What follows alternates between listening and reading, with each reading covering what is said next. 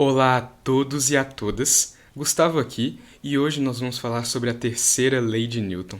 Nós já estamos falando sobre elas há algum tempo e dessa vez nós vamos pensar um pouco sobre como as forças surgem. Na segunda lei, nós estávamos pensando como a aceleração surgia e chegamos à conclusão de que a aceleração ela surge a partir de uma força.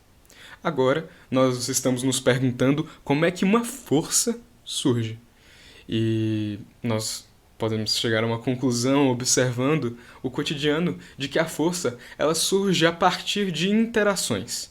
Então, por exemplo, quando você pega a sua mão e empurra a parede está empurrando a mão.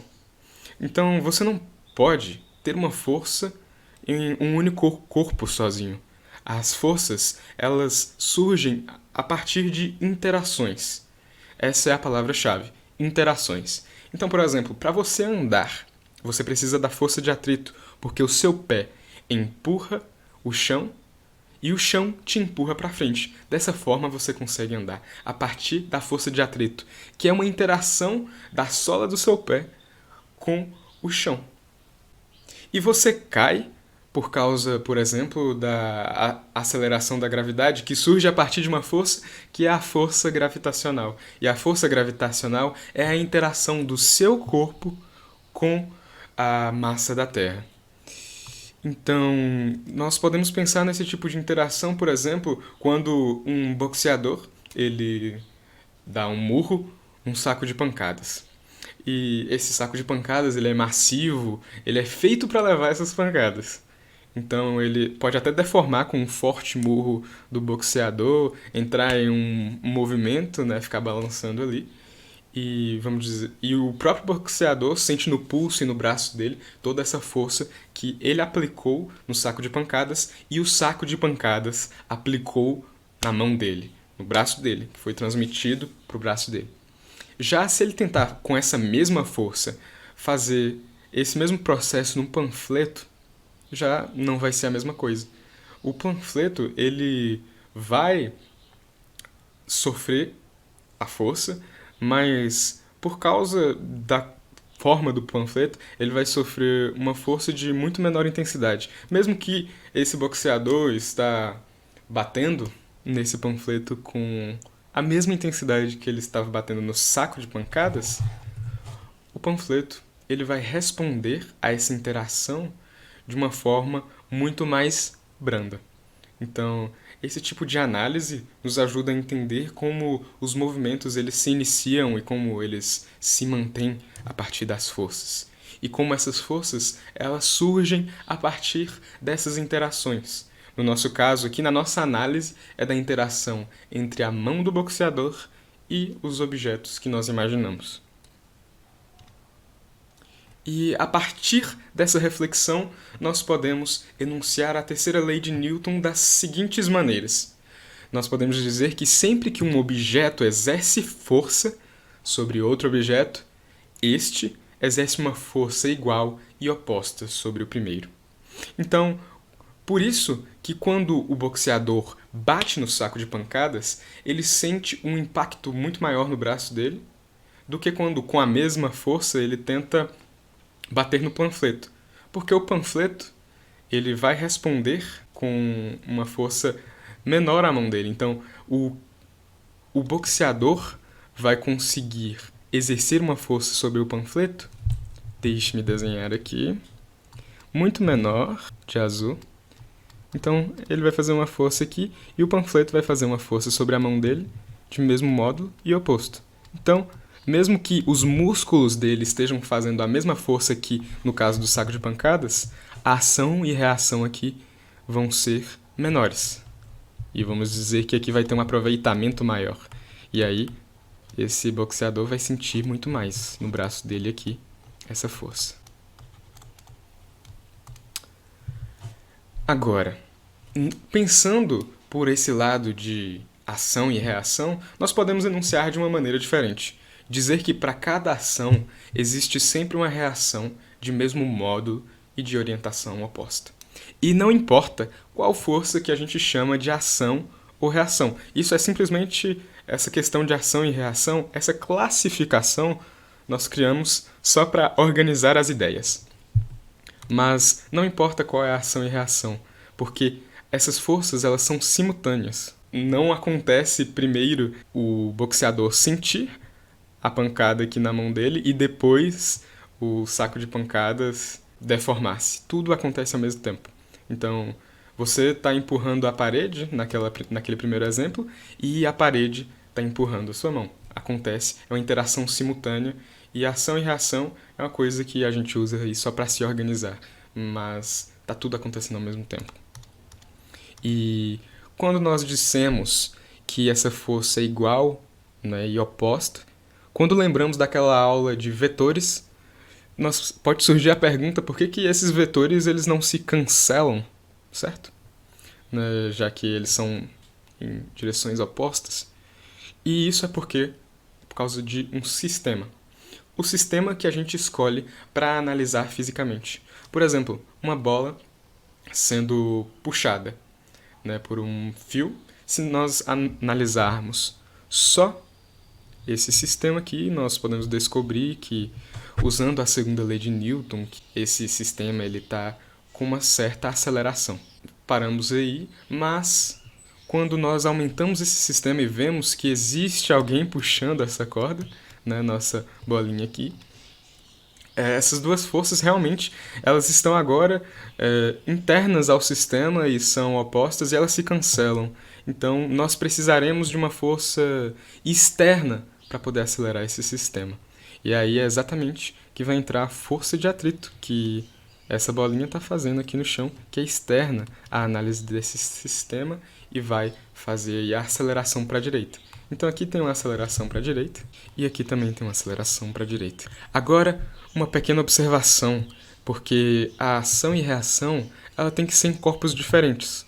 Um exemplo, se dois jogadores de futebol, por algum acaso, eles estão no meio do jogo e eles chutam a bola ao mesmo tempo, com uma força F1, e eles chutam com a mesma força.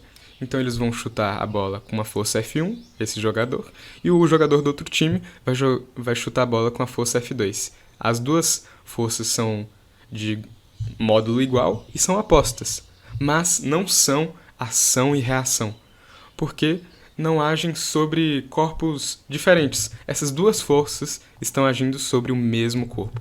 Então, quando nós imaginamos ação e reação, nós imaginamos em corpos diferentes. Então, quando falamos de força gravitacional, a Terra tem uma força de ação e a reação é puxar o seu corpo. Então, o seu corpo tem uma força de reação e a Terra uma de ação. Ou então, quando nós empurramos a parede, e a parede empurra a mão, que foi o nosso primeiro exemplo da aula, uma força é na mão e a outra é na parede. Então, isso é muito importante. A ação e reação agem em corpos diferentes. E quando acontece ação e reação em massas diferentes, isso é muito importante, porque, por exemplo, a força gravitacional, quando falamos que a força que existe submetida no seu corpo, você faz uma força igual na Terra. E por que só você cai na Terra e você não muda, sei lá, a Terra de órbita? É porque é ação e reação agindo em massas diferentes. Então, por exemplo, a força de ação aqui e reação aqui. Então, essa força, quando a gente pensa na segunda lei de Newton, ela causa uma aceleração muito maior numa massa menor, né? Então vamos lembrar aí a segunda lei de Newton. Aceleração igual a força sobre massa. Então, a massa desse corpo é muito menor, imaginamos que é um carro aqui e aqui é a Terra. Então, esse carro tem uma massa muito menor e está aí sobre a ação da força gravitacional. E aí vai ter uma aceleração grande, e aí uma aceleração da gravidade. Já o carro faz essa força sobre a Terra, mas essa força quase não vai ter relevância para a Terra, já que a massa da Terra é muito maior, certo? E aí a aceleração vai ser ínfima, vamos dizer, quase zero. Agora, e quando nós vamos aumentando essa força para massas diferentes, por exemplo, a Terra e a Lua, aí nós conseguimos observar mais aí essas interações sendo mais relevantes, por exemplo, para a Terra, ou, por exemplo, a Terra e se tivesse a Terra aqui e um planeta muito maior do que a Terra. Então, essa força de ação e reação entre a Terra e esse planeta, a Terra sofreria muito mais, né? Seria submetida muito mais a essa força por ter uma massa menor do que esse planeta mais massivo. Ou então, quando pensamos, por exemplo, no Sol, a Terra aí muito menor que o Sol. Então, quando a Terra está próxima do Sol, ela está fazendo, deixa eu colocar de outra cor aqui, a força no Sol, a ação e reação da força gravitacional. A Terra age de uma maneira muito ínfima com relação ao Sol, e o Sol, em relação à Terra, faz o planeta orbitar.